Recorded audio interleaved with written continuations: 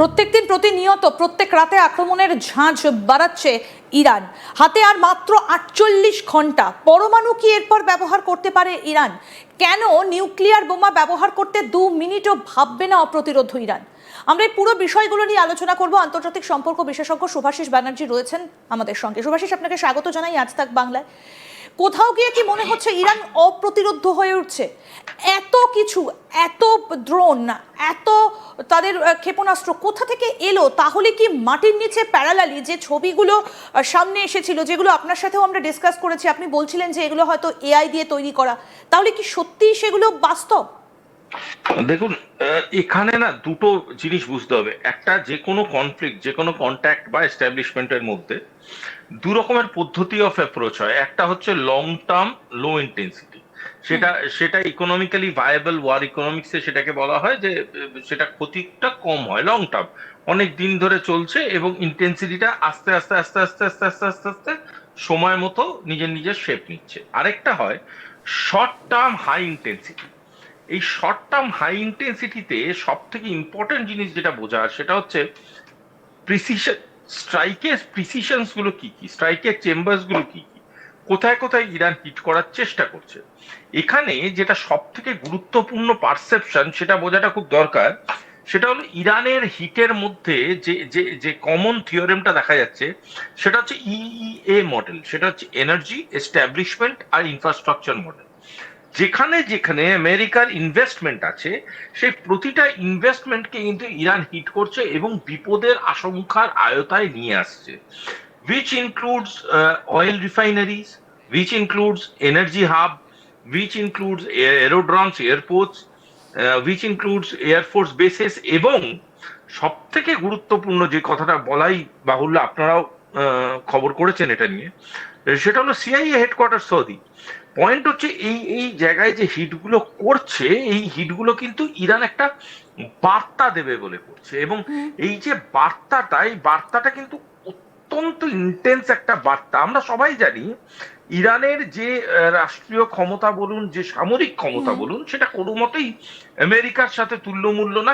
ইসরায়েলের থেকে কিছুটা এগিয়ে কিছুটা পিছিয়ে বিভিন্ন ক্যাটাগরিতে, কিন্তু আমেরিকার সাথে সেটা কোনোদিনই তুল্যমূল্য না। কিন্তু আমেরিকাকে সে যে ইকোনমিক লসটাকে সামনে এনে দিচ্ছে সেটা কিন্তু খুব স্ট্র্যাটেজিক মুভ। এটা এটা কিন্তু কখনোই ভাববেন না যে খুব ভিনজিক্যাল একটা একটা ক্যারেক্টার দেখাচ্ছে। নো, ইরান বুঝে শুনে মেপে কাজগুলো করছে। ইরান লস খাচ্ছে, ইরানের হিউম্যান ক্যাপিটাল কমছে, ইরানের লিডারশিপকে মারছে, ইরানের ডিসিশন মেকারসদের অ্যাসাসিনেট করে দেওয়া হচ্ছে, বিভিন্ন এস্টাবলিশমেন্ট ভেঙে দেওয়া হচ্ছে, তাদের পার্লামেন্ট অফ থটস গুলো ভেঙে দেওয়া হচ্ছে। কিন্তু ইরান সেগুলোকে মাথায় রেখেও ইরান একের পর এক এমন হিট করে যাচ্ছে যে হিটগুলো আমেরিকাকে বলতে বাধ্য করছে। আমি একটু গত রাতের অ্যাটাকটা সম্পর্কে যদি শুভাশিস একটু বলি। গত রাতে দুবাই এয়ারপোর্টে যে অ্যাটাকটা হয়েছে, রীতিমতো যে ফুটেজগুলো সামনে এসেছে সেখানে দেখা যাচ্ছে পুরো এয়ারপোর্টটা কাঁপছে এবং লোকজন সেখান থেকে প্রাণ ভয়ে পালাচ্ছে।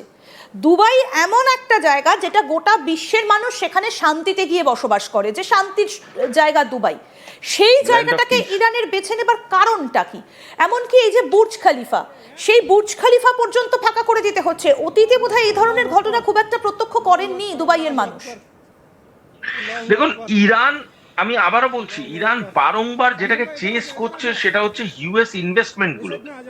আমি একটা জিনিস বুঝুন, খুব খুব অন্য রকম ভাবে বুঝুন। ধরুন একটা ভূখণ্ড আছে, যেই ভূখণ্ডে সব ইনভেস্টাররা ইনভেস্ট করে। সেই ভূখণ্ডে ইনভেস্ট করে কেন? কারণ হচ্ছে সেখানে লজিস্টিক্স ভালো, সেখানে রাজনৈতিক পরিস্থিতি ভালো, সেখানে বিভিন্ন রকম সিকিউরিটি আছে, সেখানে ইনভেস্ট করলে আমাদের রিটার্ন বেশি পাওয়া যাবে।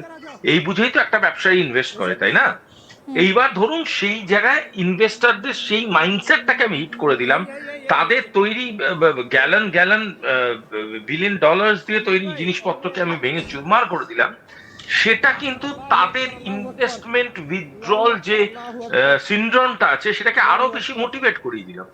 তাদেরকে আমি আমি বুঝিয়ে দিলাম দুবাই ইজ নট সেফ। আপনি ইউএস ইনভেস্টার্স এখানে ইনভেস্ট করেছিলেন, সেই দুবাই ইজ নট সেফ। বুঝিয়ে দেওয়া হলো বিভিন্ন কর্পোরেট যারা দুবাইতে ফাংশন করছিল, ব্যাক অফ। কেন তোমরা দুবাইকে সাপোর্ট করছো? কারণ এই দুবাই কিন্তু তথাকথিত ইউএস পক্ষপাতিত্ব করে বহুদিন তাদের ইনফরমেশন এক্সচেঞ্জ করেছে এবং ইরানের বিরুদ্ধে বহু রকম লজিস্টিক সাপোর্ট দিয়েছে, যেই জিনিসগুলো কিন্তু ইরান নোট করেছিল। আমি আমি কেন বলছি বারংবার, ইরানের অ্যাটাকটা কোনোদিনই উইমজিক্যাল নয় এবং ইরানের অ্যাটাকটা কোনোদিনই খামখেয়ালিপনা নয়। ইরানের অ্যাটাকটা অত্যন্ত বুঝে শুনে সুচিন্তিত হয়ে করা অ্যাটাক। কারণ ওরা চেষ্টা করছে কম হিটের মধ্যে। আমরা একটা বার্তা দিয়ে দেবো। দুবাই এয়ারপোর্টে হিট হলো, বুর্জ খালিফায় হিট হলো, বুর্জ আলফায় হিট হলো। কেন এই এই এই জায়গাগুলো হিট করার পিছনে কারণ হচ্ছে ইনভেস্টরদের কাছে একটা বার্তা পৌঁছে দেওয়া যে ওয়ার লিখে গেছে, তোমরা তোমাদের ইনভেস্টমেন্ট বাঁচাও। এবং ইনভেস্টমেন্ট বাঁচাতে হলে একটা ইনভেস্টর কি করবে? সে তো আর বুকে আগলে ধরে বুর্জ খলিফাকে বাঁচাবে না। সে যে সরকারটাকে উপরে ইনভেস্ট করেছিল সেই সরকারটা অর্থাৎ দুবাই সরকারকে প্রেসার দেবে। দুবাই সরকার প্রেসারে পড়লে দুবাই সরকার চেষ্টা করবে ট্রাম্পকে প্রেসারে দিতে, কারণ দুবাইয়ের সাথে ডাইরেক্ট ইরানের কোনো যুদ্ধ হচ্ছে না। দুবাই সরকার ট্রাম্পকে প্রেসারে দেবে, ট্রাম্প প্রেসার নেবে না। তখন কি করবে? Dubai alternate channel of diplomacy খুলবে, যেটাকে বলা হয় ট্র্যাক টু ডিপ্লোমেসি। সেই ট্র্যাক টু ডিপ্লোমেসিতে দুবাই চেষ্টা করবে ইনভলভ করার কাকে? সেটা হচ্ছে সেনেটকে, অপোজিশন অফ ইউএস কে। তখন কিন্তু ইউএসএ বাধ্য হবে কোথাও না কোথাও গিয়ে ডিকাইনেটাইজেশনের মধ্যে ঢুকতে, অর্থাৎ আগুনের হ্রাস কমাতে। এই গোটা প্ল্যানটাকে সাকসেসফুল করার জন্যই এই ধরনের অ্যাটাক গুলো, এই ধরনের বার্তাগুলো খুব ইন্টেনশনালি ইরান পৌঁছে দিচ্ছে গোটা পৃথিবীতে। একটা বিষয় আমি একটু আপনার কাছ থেকে ক্লিয়ার হতে চাইবো যে কোনো মুহূর্তে আমেরিকা ইরানকে অ্যাটাক করতে পারে। এই কথাগুলো তো আপনার সঙ্গে আমরা এখানে স্টুডিওতে বসে বহুবার আলোচনা করেছি। আমরা যদি ভারতের ভেতরে থেকে একটা সংবাদ মাধ্যম হিসেবে আমরা এই বিষয়গুলো আলোচনা করতে পারি, আমরা যদি এগুলো ভাবতে পারি বা এইগুলো নিয়ে উঠে আসতে পারে বিভিন্ন প্রসঙ্গ, তাহলে ইরান আরো বেশি করে জানতো, কারণ দেশটা তাদের দিকে আমেরিকা হিট করে রেখেছে। তাহলে কি ইরান এই সময়টাতে প্রস্তুতি নিয়েছে? কারণ ইরান এমন একটা দেশ যারা সহজে মাথা নোয়ায় না। দেখুন, একটা কথা বলা হয় ওয়ার কালচার, আরেকটা কথা বলা হয় কালচার অফ ওয়ার। এই দুটো জিনিস কিন্তু আলাদা। একটা হচ্ছে ওয়ার কালচারটাকে আমরা অ্যাডাপ্ট করছি, যে আজকে আমি ঈশ্বর না কোনো এটা হওয়ার কোনো সম্ভাবনা নেই, তো বলছে আজকে একটা কলকাতার বুকে যদি সাইরেন বাজে, উইথ অল ডিউ রেসপেক্ট, আমাদের কলকাতার 99% লোক জানে না কি করতে হয়। ঠিক আছে, বিকজ আমরা ওয়ার কালচারটায় আমাদের ট্রেনিং দেওয়া হয় না। ঠিক আছে, কিন্তু ইরান বলুন, ইসরায়েল বলুন, এদের মধ্যে একটা কালচার অফ ওয়ার আছে। এরা বিভিন্ন সময় কনফ্লিক্ট দেখেছে, ভাঙা চোরা অবস্থা দেখেছে, এদের অর্থনৈতিক সামাজিক অবস্থা দেখেছে, বোম ফাটছে, গুলি চলছে, মিসাইল পড়ছে, এগুলো দেখেই এরা বড় হয়েছে। এরা 90% লোক নিজেরাও সামরিকভাবে প্রশিক্ষিত। এদের কাছে যুদ্ধটা কোনো নতুন বিষয় নয়। পারস্য কালচারে বা পার্সিয়ান হেরিটেজে যুদ্ধটা কোনো বড় কথা নয়। হাজার হাজার বছর ধরে এরা যুদ্ধ করে এসছে।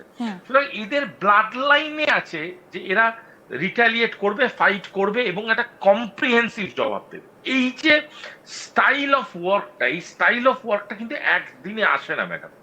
এই স্টাইল অফ মাইন্ডসেটটাই থাকবে না। আমি যদি একটা বন্দুক কাউকে দিয়ে দিই, সে চালাবার যে টেকনিক্যালিটিটা, সেটার থেকে অনেক আগে হচ্ছে চালাবার মাইন্ডসেটটা। এই চালাবার মাইন্ডসেটটাই এদের মধ্যে আসবে না।